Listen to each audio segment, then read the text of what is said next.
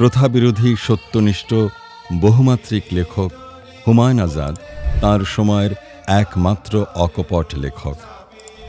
নষ্টদের কবলে দুই কবি প্রবন্ধে কাজী নজরুল ইসলাম সম্পর্কে তাঁর বিশ্লেষণ, নষ্টরা নজরুলকে যেভাবে নষ্ট করেছে, মুছে দিয়েছে নজরুলের প্রতিভার আসল পরিচয়, তা খুবই মর্মস্পর্শী।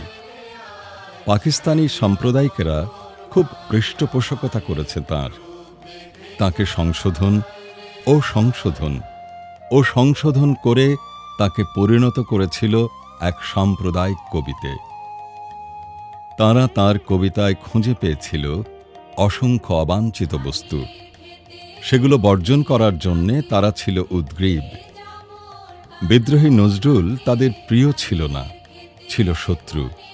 তাই তারা খুঁজেছে নজরুলের রচনার এমন সব অংশ যা দিয়ে তারা ভেঙে ফেলতে পারে নজরুলের বিদ্রোহী ভাবমূর্তিটি।